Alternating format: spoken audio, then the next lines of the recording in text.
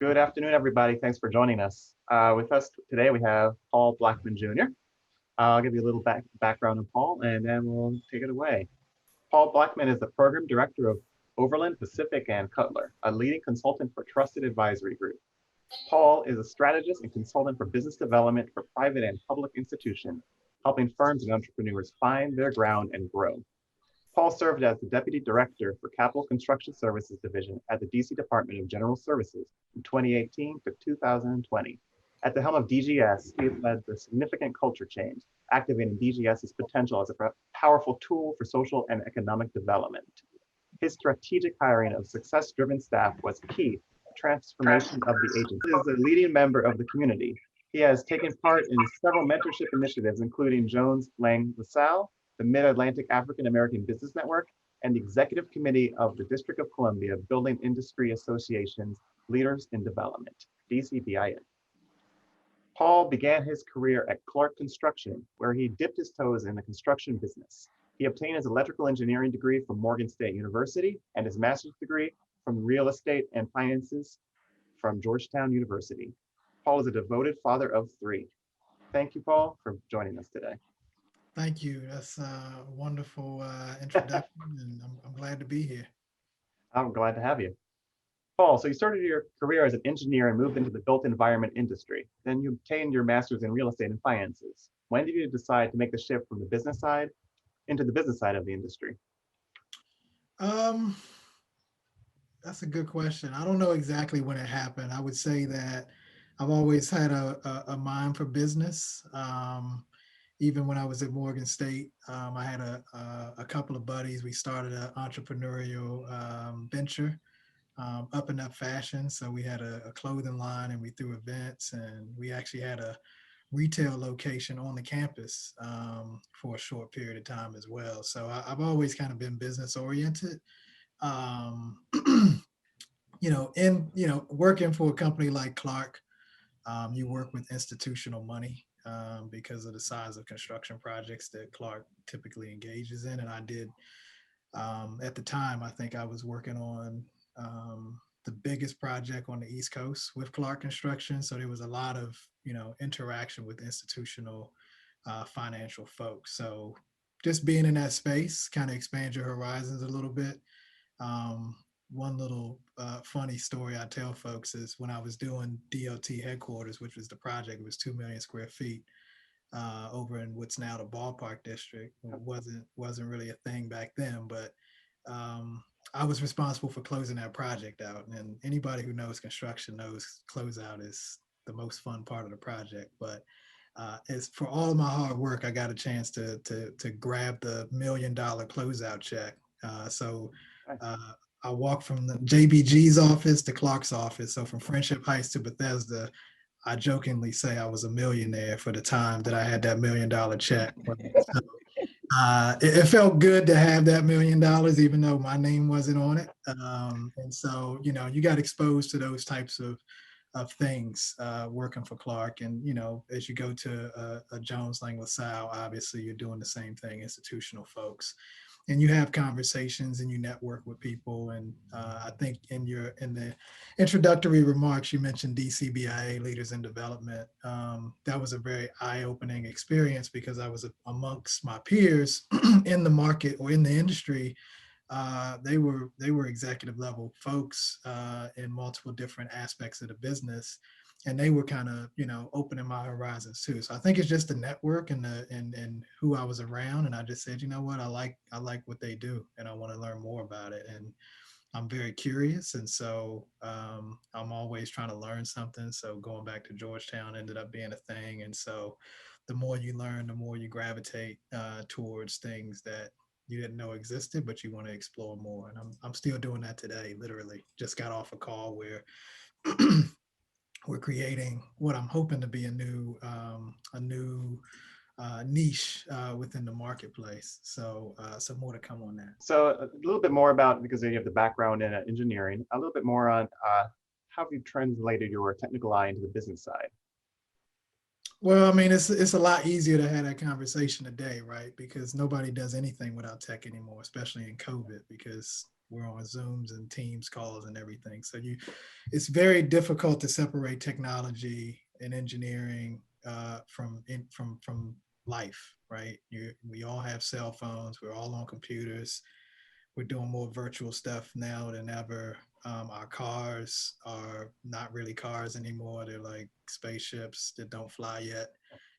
Right. So being an engineer automatically kind of translates to life. Like everybody's a de facto engineer these days because even my daughters, like we had a Zoom call yesterday and they're like trying to tell me how to do Zoom. It's like, I've done a Zoom meeting before, girls. Like, it's okay. Daddy's got it.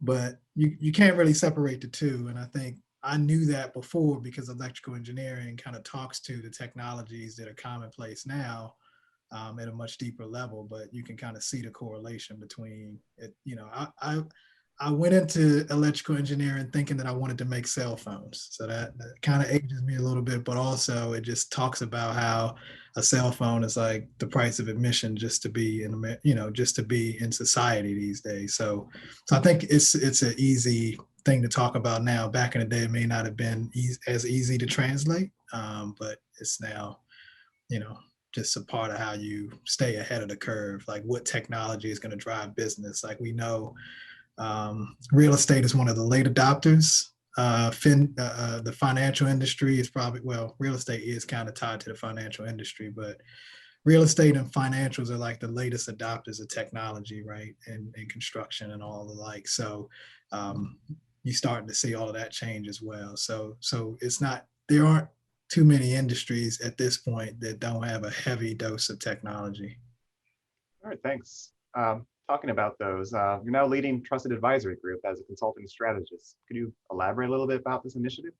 So it's that really, really gray space where, with all of the different things that I've done, which most would call an unconventional path to a career path, I've learned a lot of different things, right? I've learned how to build buildings out of the ground. I've learned how to work with a vast amount of stakeholders to accomplish different things for projects, whether we're talking about legal, transactional, design, tactical, logistical, and then business wise, right? Like going to Georgetown and working in the government and making decisions on uh, economic considerations and financial considerations and all of those different sorts of things. You start to be able to, you see things that others can't really see, right? Because there's so many different angles you can look at things from. So what I've set to do with Trusted Advisory Group is to kind of be in the center of public entities, private entities, small and large businesses. And so there's unique challenges that come with each of those. And so, for example, there's a big push for equity across the corporate spectrum, the government spectrum. And so most private entities are focused on risk aversion, right? Government, not so much. Government is more solving for a different thing.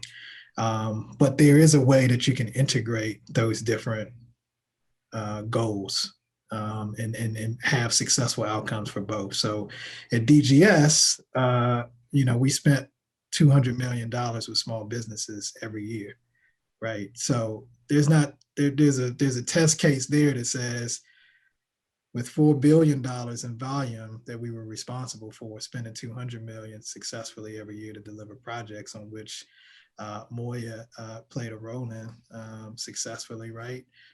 We have a way to kind of show there's a case study that speaks to us being able to have successful outcomes, and you see the awards that come. I was just on LinkedIn, and the ULI award came out about the school program, right? And it's so many I can't even keep track before I left. But the point is that there can be successful outcomes created despite the conflicting or competing interests with small businesses, large businesses. There's some things that small businesses could learn that would make them more attractive or competitive in opportunities with large companies, and then vice versa. There's some large businesses that need to kind of figure out how to create an infrastructure for small businesses to be successful. So I kind of sit at that intersection and try to be an advisor to solve for kind of management consultant type issues. All right. Let's talk a little bit more about that. What are some key opportunities firms could try to benefit from when trying to plan for long-term strategy when trying to grow in the DC metro area?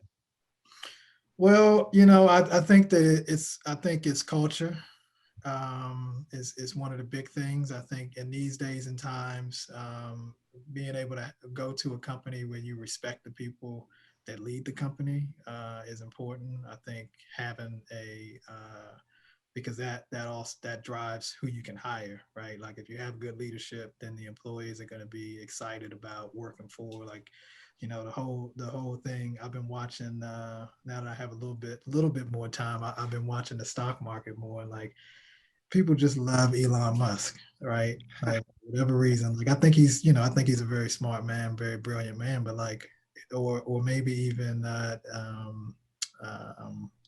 I'm drawing a blank right now. But anyway, right? Like people would go to Tesla because it's like, oh, it's Elon Musk, right? And it's like, okay, that drives the caliber of person that you can hire and you can retain, right? Because if you have a strong team, you build chemistry. It's almost like a sports franchise. Like somebody wants to play for this team, and that high quality talent brings other talent because there's a culture and there's a franchise that creates success. But you got to have a winning playbook too, right? You got to be about excellence. You got to understand what the industry is doing. You have to innovate, right? And you have to create a culture where people want to innovate and want to learn about not only what's happening today and what happened, 50 years ago for context, but what are we doing 50 years from now too? And I think those are probably some key ingredients. There's, I'm sure, a ton more that we could talk about, but those I would think are the most key elements. All right. So you're also program director at Overland Pacific and Cutler, major actor in management of publicly funded infrastructure and delivering right-of-way services. So OPC's Project One is an advanced technical solution to project management in the right-of-way industry. Could you explain to us the nuts and bolts of this software? Nuts and bolts, no. So I told you I like new challenges. So OPC is a new challenge. Right. I tell you everything about vertical there is to know. And now I'm saying, hey, let's see what this horizontal space is about. And so what OPC does is, there are major entities, primarily government, but also private, who have to, improve infrastructure. A lot of that is needed here locally, and I think that we're going to start seeing. We're already seeing, right, like the major bridge repair at 14th. Oh, is that 14th Street Bridge? Whatever bridge that is, it takes you over across from the district over to like the Roslyn area, right? So you see a lot of infrastructure. You see 66, you see the Silver Line, you're hearing about the Purple Line. Like there's a lot of money going into. There's that. There's another. The ICC recently completed, right? Maybe not recently, but in the past few years, right? So there's a need for infrastructure, not only in this market, but across the country. And so doing those projects requires a level of due diligence, real estate advisory for municipalities, in order to make those projects go forward. But then there's also a piece of that ties to the people, right? Because people are impacted. And so, hey, if you live in proximity of this new rail line that we're going to put in, and speaking of Elon Musk, he's got some strategies he's doing with horizontal stuff as well, right? So he's thinking about a lot of stuff, but that in addition. And so what OPC does is basically helps to figure out how to come up with a good strategy for horizontal infrastructure, whether it's utilities, whether it's transportation, transit, and even with housing developers like affordable housing and public housing developers, because there's a acquisition and relocation component tied to all of those different things. And so we're exploring, we're working to expand to a national platform. The company's out of California, heavy presence on the West Coast, west of the Mississippi, and we're gonna start getting things done over here on this side of the country too. So it's a great opportunity. And so the other thing that I'm learning and working on is relative to the equity piece is this thing called environmental justice that you may already know more than I about it, but I'm peeling the onion on it, and we're providing services. I actually just jumped off a call about a project we're doing in Houston, where we're helping to work with the community who's being impacted by a major highway project. So it's a really nice new opportunity that I'm excited about and look forward to making a good impact as a part of this new opportunity. Oh, that's great to hear. Those people in Houston appreciate that too. Quick question. So going back to some of your history, you had a long career in the private sector before you took the job at DGS as a deputy director. How did your experience from the private sector translate into your work at DGS? Tremendously. I never thought I would work for the government ever. But I found that it was a really unique opportunity. I think, especially now, right, in this era of history, it's important that everybody contribute to the better of society, right? And private industry can do that, but not in the way that the public sector can. And so I found it a really unique opportunity to serve the city that raised my great grandparents, and now I'm raising my kids in. And so it was a cool opportunity. And the idea was, hey, it's a tough place, and if I really know construction like I think I do, maybe I can help. And so that was the idea: is to come in, figure out a way to serve, and bring some industry best practices to our city. And that was the goal. And I'd like to believe we made some good progress in that way. And so in doing that, best practices is what that was the only way that I operate, and I still to this day. And even at DGS, you, you don't really have a lot of chances to fail in this industry. And so that's never a word that's in my vocabulary. And so we got in there, or I got in there, met the team, figured it out, and then started figuring out how we bring the industry's best practices from a private sector standpoint with the benefits and the opportunities that only government can do, and have a best of both worlds, right? You hear a lot about P3 and public-private partnerships and all of that. But I think that there's just some institutional things that can be done within government that can make it more efficient, more effective. And at the end of the day, the taxpayers get more, because we pay a lot of taxes here, get more for their tax dollars. And so that was really the idea of it. I had a network of people that I knew, that some of them, some of them said, see me when you finish with that government thing. And then some folks were like, hey, we'd love to figure it out. And obviously, Moya Design Partners was one of the folks who helped to make things go well. And I'm very grateful for that partnership while I was there, and I know that things are continuing to go. And so that was really the thing, and coming in and having a very focused intent on efficiency, All right. culture, and those types of things. You mentioned P3s. So just talking a little bit about that, how have public-private relationships evolved during the last decade, as we've seen, especially in terms of economic development?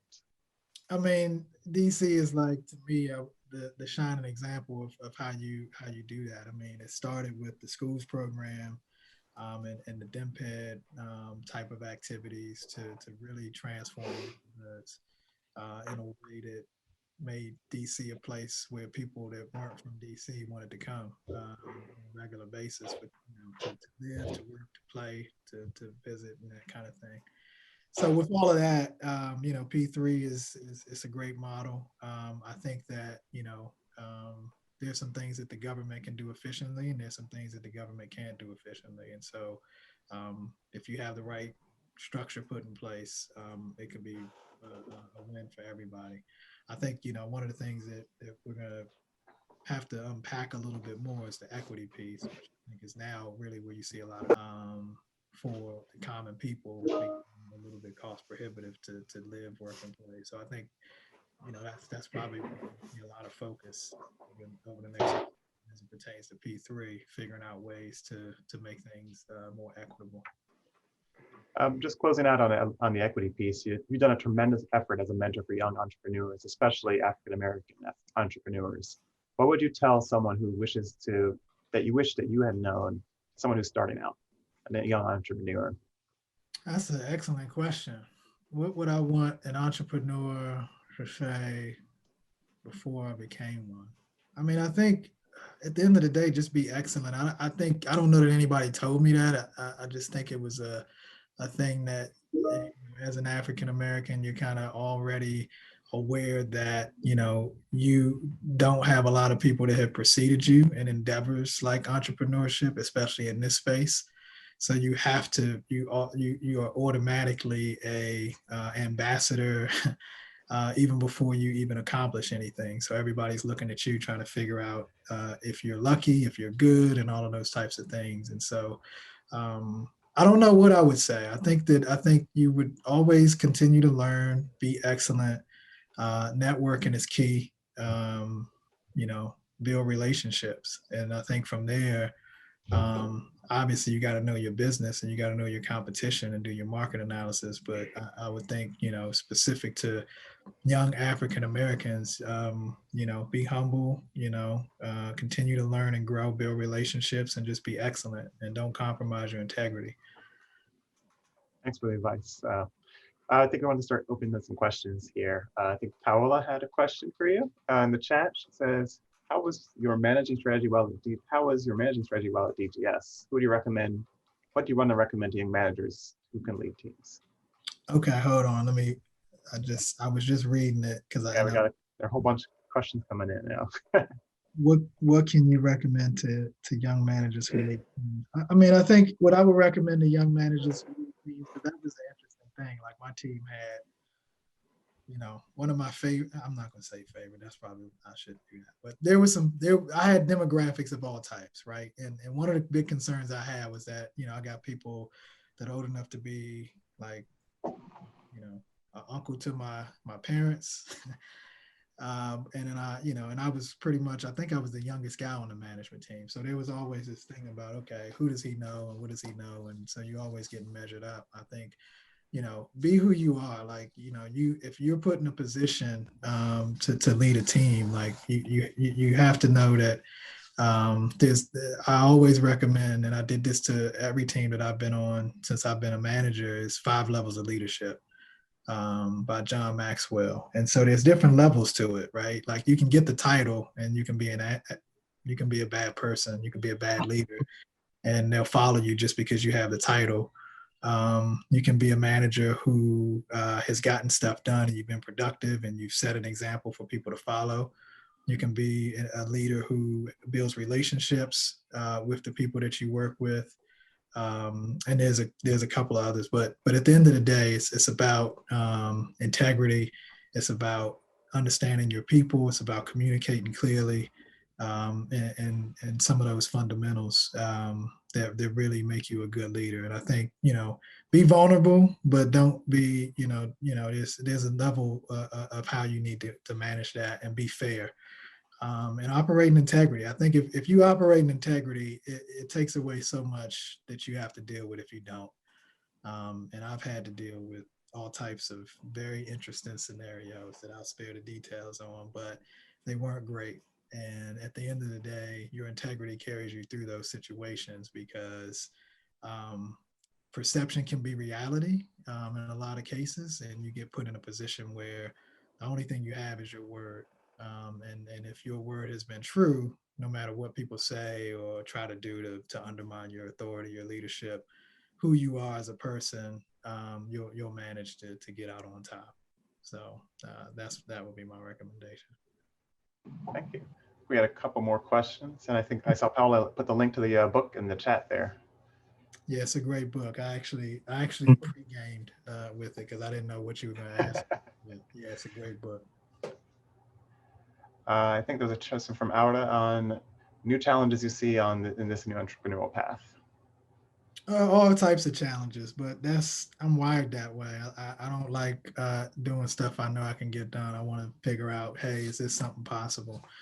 The biggest challenge is just going to be managing my time well. I think, focusing, making sure I focus in on priorities. There's a lot of things that I can be doing, but what are the things that I'm going to focus on? And so I think that's probably one of the bigger challenges.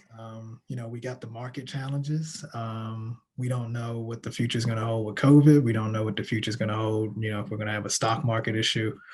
So there's those types of things that are challenges, but in general, I'm an optimist, and where most people see problems, I see solutions. And so that is kind of my orientation to everything, personally and professionally.